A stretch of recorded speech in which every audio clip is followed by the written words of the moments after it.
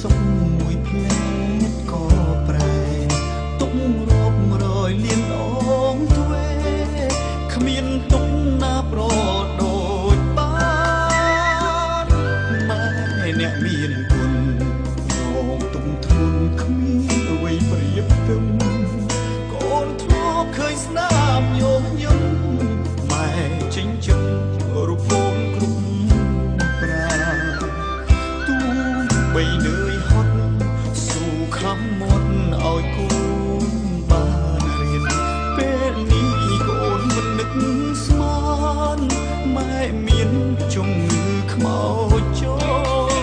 លម៉ែធ្លាប់មើលតែ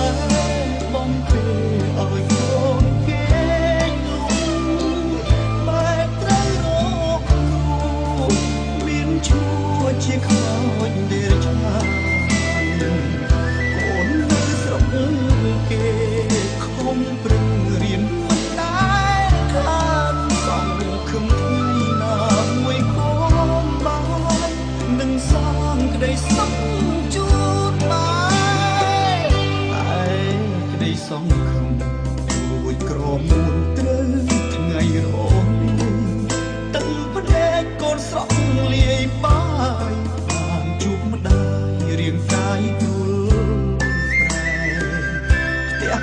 គេលួចដុតកូនតក់ស្លុតស្ទើរឈួតហើ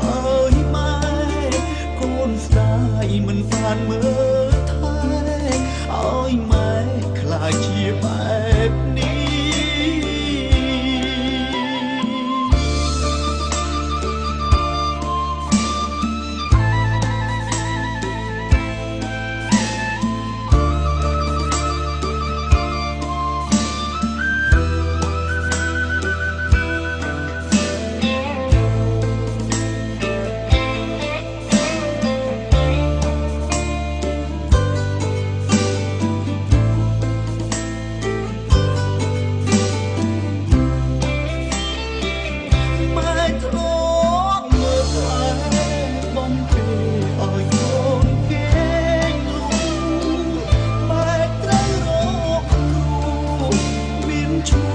ជាខ្មោចដែលឆ្ងាយ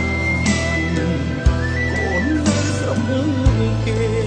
ខំប្រឹងរៀនមិនដែលខានសង្ឃឹមថ្ងៃណាមួយកូ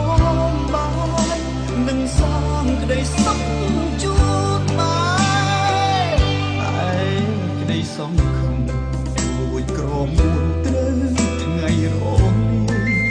ទឹកផ្ដេកកូនស្រក់លាយបាយបានជួបម្ដាយរាងកាយទ្រុលប្រែផ្ទះគេលួចដុតកូនតក់ស្លុតស្ទើរឈួតហើយម៉ែកូនស្ដាយមិនបានមើល